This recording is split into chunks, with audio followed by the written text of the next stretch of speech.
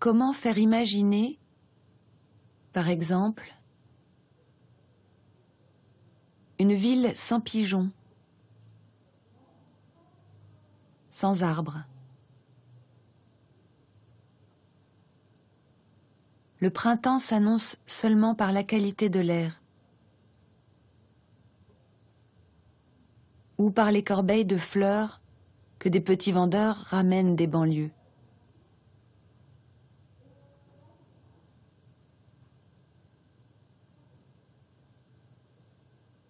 En automne, c'est au contraire un déluge de boue. Les beaux jours viennent seulement en hiver.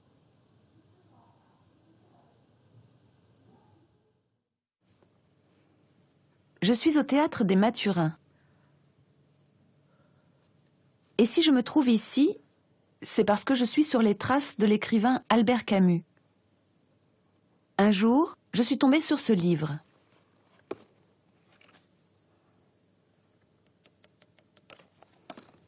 Le malentendu. Cette pièce de théâtre, écrite par Albert Camus, a été jouée ici. Le malentendu, ça m'intrigue. Y aurait-il un rapport avec les sourds? C'est la question que j'ai envie de creuser. Qui était Albert Camus? Et y avait-il des sourds dans son entourage?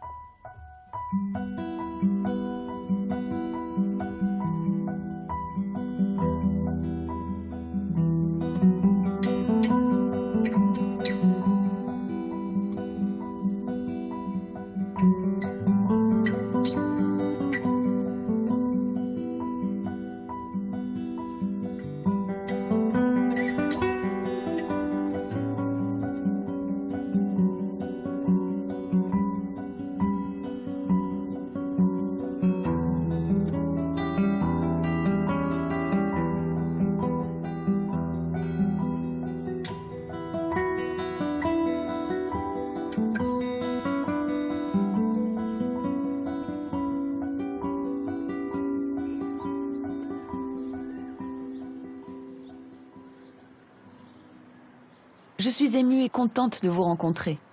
J'ai envie de vous raconter comment j'ai découvert l'œuvre de votre père. Avant de la lire, le français c'était difficile pour moi, vraiment difficile. Je n'arrivais pas à rentrer dans l'écrit. J'étais comme une majorité de sourds, dans le rejet de la lecture. Et par chance, j'ai eu un professeur qui nous a donné un livre à lire. Il avait été écrit par votre père et j'ai tout de suite plongé dedans. Immédiatement, des images me sont venues en tête. Et c'est ça qui m'a fait accéder au français. C'est Albert Camus qui m'a donné le courage de m'exprimer à l'écrit, mais sous une forme plus visuelle, en faisant abstraction des dictats scolaires. Je vais vous donner un exemple. Une fois, j'avais écrit « Je vois l'oiseau chanter ». Et le professeur m'avait reprise. Mais on ne voit pas un oiseau chanter, on l'entend. Ça n'est pas vrai. On voit aussi l'oiseau chanter. Je suis d'accord. J'avais jamais réfléchi à ça avant que vous m'écriviez. Pour mon père, le français, lui aussi, c'était difficile pour lui. D'abord parce que du français, chez Mémé et tonton Étienne, il n'y en avait pas beaucoup. Et qui parlait le pataouette de la rue. Il parlait le langage de la rue, qui est beaucoup plus imagé, en plus, qui est beaucoup plus... C'est en prise immédiate avec la réalité. C'est pas ça passe par là et on va décrire ceci. Non, non, c'est vécu. Et je pense que c'est pour ça que vous avez raison. Que son écriture, elle est sensuelle, elle est proche de la nature, proche de la terre et proche de ce que les hommes ressentent d'abord, avant d'être une pensée.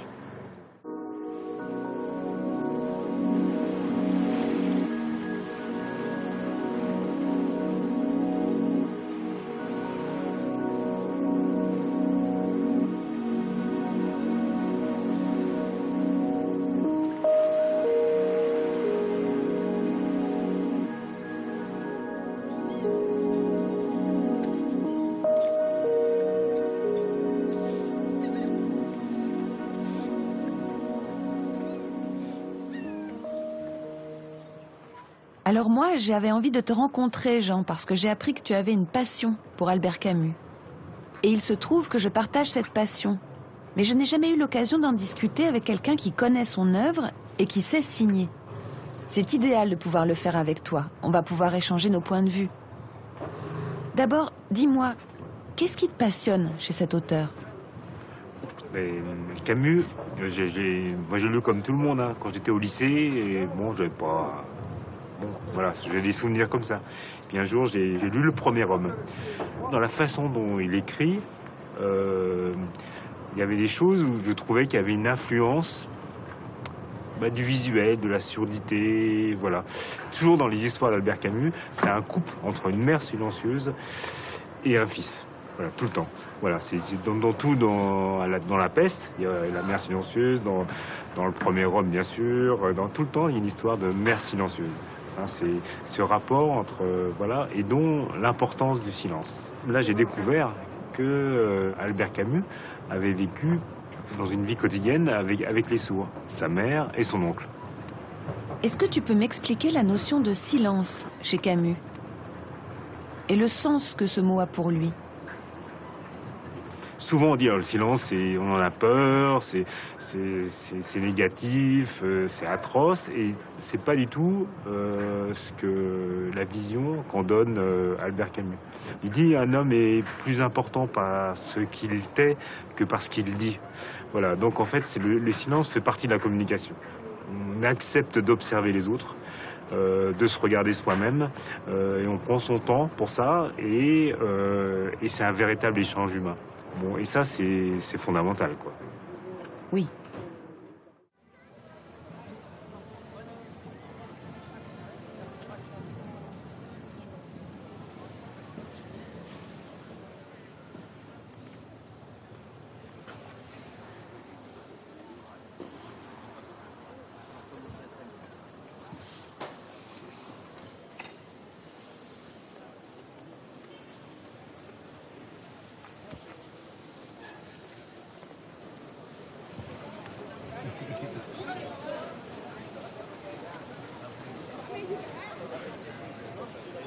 Bonjour.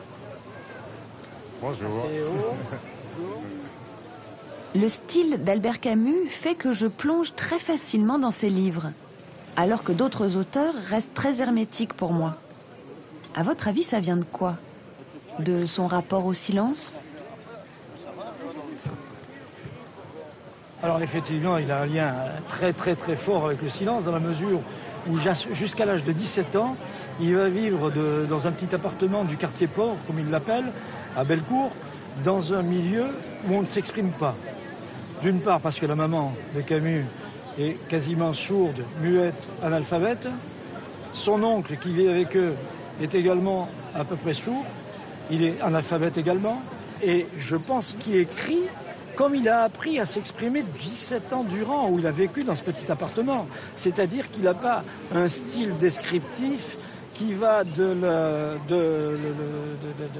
globalité au détail, mais exactement le contraire. Il part du détail pour aller à la globalité. Et c'est tout à fait lié, me semble-t-il, à la manière qu'il a eue de communiquer avec ces gens qui ne parlaient pas, qui n'avaient pas les mots, et auxquels il fallait donner d'abord le détail, puis aller du détail à l'ensemble, et pas le contraire comme font souvent tous les écrivains.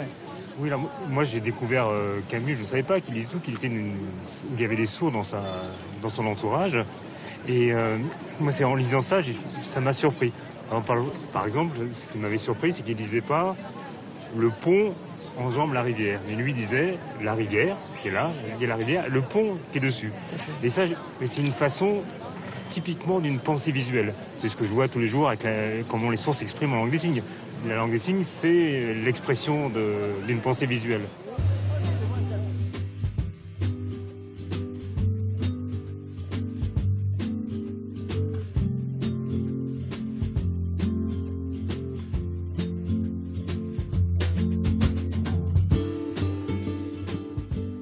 Des gosses comme papa au lycée, non, il n'y en avait pas. Parce qu'à l'école, c'est très difficile de ne pas être comme les autres. Ou de ne pas avoir des parents comme les autres. Il a ressenti cette différence. Après, il a été en plus, il a eu la tuberculose à 17 ans. Ça veut dire, en Algérie, ça voulait dire pratiquement une condamnation à mort. Ah, très vite. Comment il pouvait communiquer cette espèce de malaise qu'on allait lui enlever la vie? Il pouvait pas en parler avec sa mère qui disait juste que... Elle disait... Pas bon. Comme elle disait ma grand-mère pour mon papa, elle disait... Il a la tête. Comme ça. Ah non, mais il a la tête.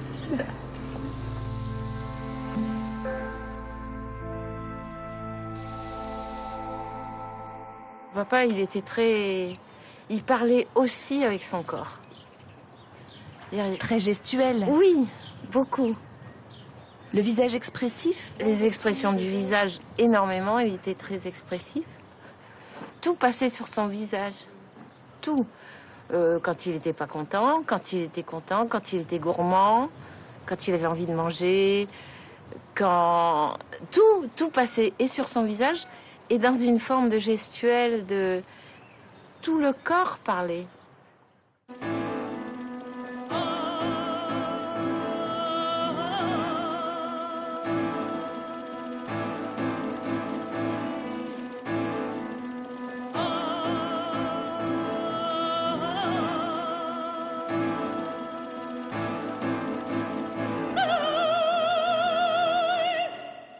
Ma grand-mère, elle s'exprimait beaucoup avec les mains. Comme ça. Il est parti où elle disait que sa petite fille, elle allait se marier avec Philippe. Et elle disait comme ça, Philippe et Paul. Ma grand-mère, quand elle me racontait une histoire, et surtout l'oncle Étienne. Parce que l'oncle Étienne, il allait pêcher, il racontait comment il faisait avec le fil pour attraper, que la truite, elle s'était sauvée comme ça, que... Mais tout avec des mots... Enfin, c'était des... Presque des borborigmes, m'ont dit. C'était... Comme ça. Mais je voyais toute la partie de pêche, moi. J'avais 5 ans, j'avais 6 ans. C'était sa façon à lui de me raconter.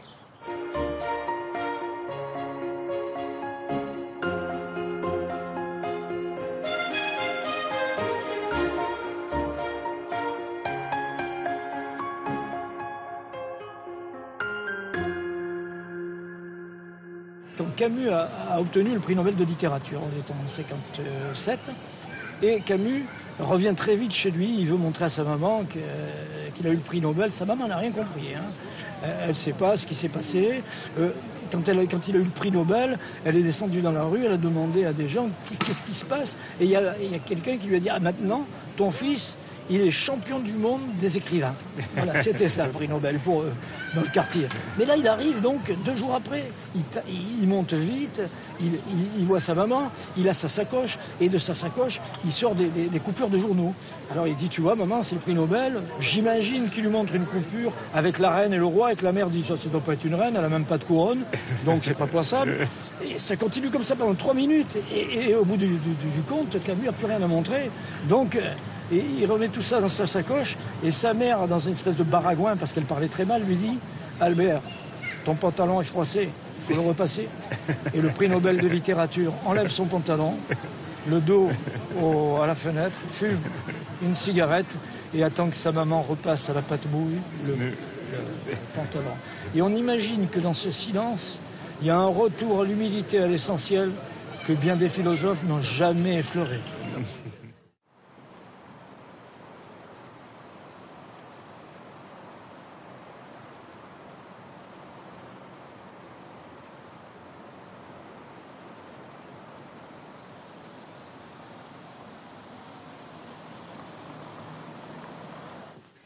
Je cherche des photos. En voilà une. Hein? Ça? Non, Camus. Camus, et les autres, c'est des gens de journal Combat.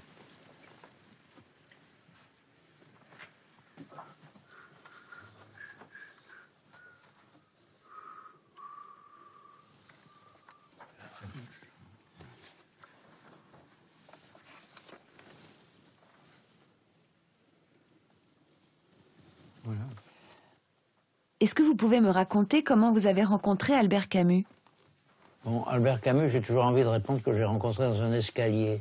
C'était rue Réaumur, dans ce grand immeuble où il y avait 3 quotidiens, Combat, Franc-Tireur, Défense de la France, qui est devenu France Soir, et puis une flopée d'hebdomadaires. Je travaillais dans un de ces petits hebdomadaires issus de la Résistance, et je croisais Camus dans l'escalier. Puis j'ai fait quelques articles qui lui ont plu, et il m'a demandé de venir à Combat. Ça a été aussi simple que ça. Le jour où il m'a embauché à Combat, il m'a dit « Je ne te laisserai jamais tomber ». Eh bien, je ne connais pas grand monde qui dise des choses comme ça. L'homme était encore mieux que ce qu'il écrivait. Il avait une chaleur, une gentillesse, une disponibilité. C'était un grand frère, quoi. Il y avait un lien très très fort. Est-ce que Camus vous a parlé de sa relation avec sa mère, avec son oncle, comment il communiquait, avec des signes? Sur l'oncle, et sur la façon de s'exprimer, tout ça, j'ai un témoignage tout récent. C'est quelqu'un qui était un gamin dans les rues de Bellecour avec Camus, qui jouait au football avec lui, qui s'appelle Paul, et qui était c'était son copain vraiment, quoi. Et à partir de l'âge de 18 ans, leurs vies ont divergé complètement. Ce Paul n'a jamais lu aucun livre de Camus. Et puis un jour, on lui dit « Mais tu sais, ça tire à des millions d'exemplaires ». Alors il était stupéfait. Et il s'est mis à écrire ses souvenirs sur Camus. Hein, et il les écrit à la deuxième personne en lui parlant, quoi. Et il y a un moment où il parle de l'oncle. Et si vous permettez, je voudrais bien lire ce passage, parce que ça explique justement la difficulté de l'oncle qui est sourd, muet, sourd à demi-muet, quoi. Voici ce qu'écrit Paul, ce petit camarade de Camus. « Et ton oncle Étienne, sourd et presque muet, à qui tu apprenais à monosyllaber, à se faire comprendre autrement que par gestes, et qui t'adorait. Il m'arrivait de m'asseoir près de lui à une table du bar des messageries que tenait mon père. J'aimais bavarder avec lui, homme ô combien sensé et bon. Il me disait, en me serrant le bras dans sa main rugueuse de tonnelier pour que notre communion soit parfaite et que je ne perde pas un mot de sa confession. Alors ça, je ne sais pas imiter le langage de l'oncle, évidemment, vous m'excuserez. Polo, ne lâche pas Albert. Avec toi, il n'aura pas la grosse tête. Il se cognait le front. Ce n'est pas bon rien avec les intellectuels. Il est beaucoup intelligent, mais il faut qu'il est bon, honnête, qui aime les pauvres, les malheureux, les arabes, les amis, qui n'oublie pas sa mère. »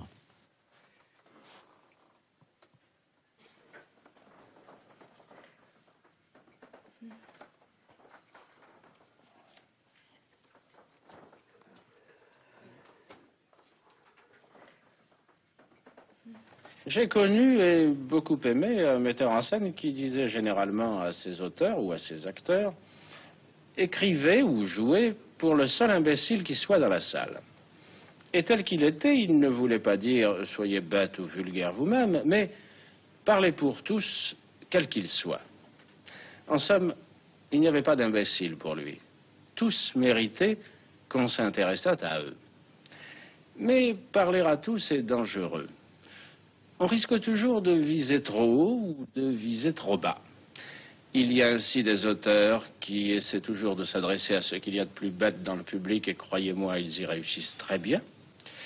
Et ceux qui espèrent s'adresser à la partie supposée intelligente du public, et ils y échouent presque toujours. À partir du moment, au contraire, où un auteur, sans cesser d'être ambitieux dans son sujet, arrive à parler à tous avec simplicité, alors il sert la vraie tradition de l'art, il rejoint le public directement, il unit dans la salle toutes les classes et tous les esprits dans une même émotion ou dans un même rire. Mais, soyons justes, seuls les plus grands y parviennent. Quand il dit la pauvreté est une forteresse sans pont-levis, il le dit dans Le Premier Homme. La surdité aussi, d'une certaine manière, puisque la société n'intègre pas ça. Et je pense que la plupart des gens, quand je dis que est-ce qu'ils se rendent compte de ce que ça veut dire comme souffrance, et comme sentiment de trahison par rapport à sa famille? D'être non seulement dans un endroit où il y a beaucoup de bruit, effectivement, où il y a plutôt des riches, et surtout où on écrit. Enfin, il a été à l'opposé. Et ça devait être... Il devait se sentir d'une certaine façon, je pense qu'il se sentait coupable par rapport à eux. Il avait le sentiment d'avoir abandonné sa maman. Mais ils étaient tellement proches quand papa est mort. Et 6 mois après, l'oncle Étienne est mort. Et 3 mois après l'oncle Étienne, ma grand-mère est morte.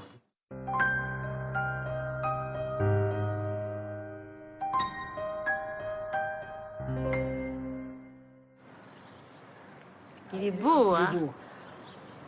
Il est très beau, je trouve. Il est très, très beau.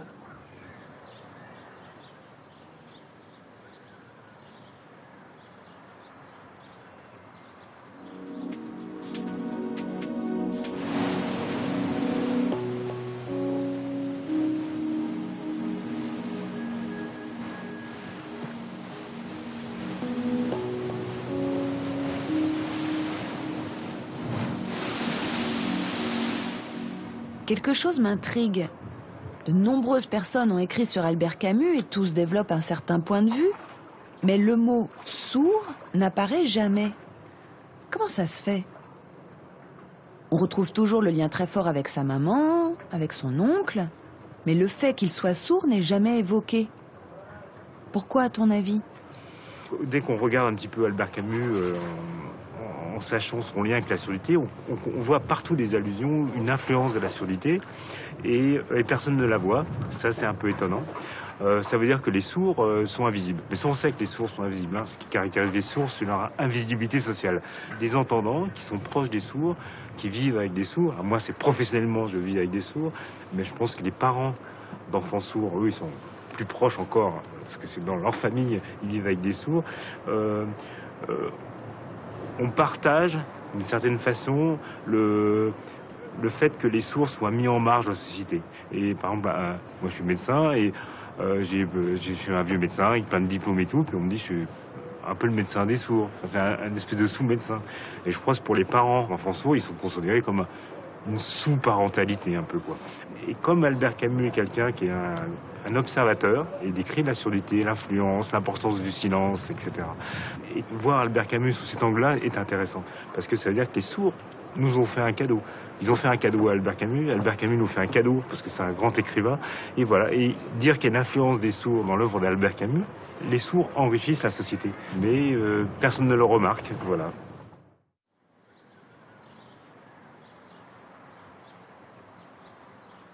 J'ai beaucoup de mal à faire comprendre que c'est pas parce que ma grand-mère ne savait pas lire, qu'elle était analphabète, qu'elle était sourde et qu'elle parlait mal, c'est pas pour ça qu'elle était idiote ou demeurée. Ça, c'est quelque chose qui me révolte. Mais ça me fait souffrir pour elle, parce qu'elle était très intelligente, mais avec pas beaucoup de moyens d'expression. Et alors? Il y en a qui parlent beaucoup, mais qui disent beaucoup de bêtises aussi, quand même.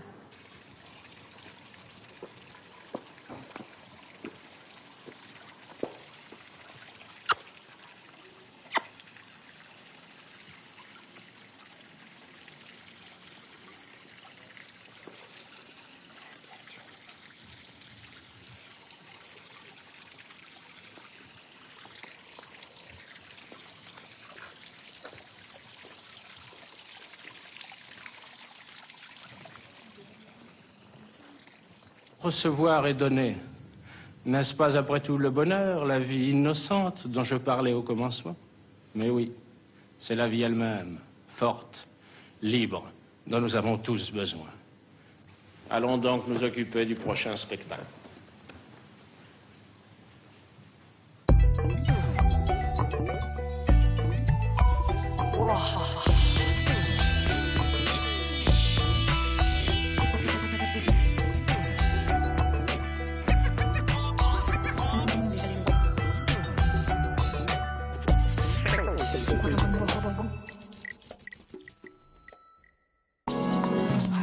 Retrouvez les infos et les dossiers de l'Œil et la Main en un seul clic sur france5.fr.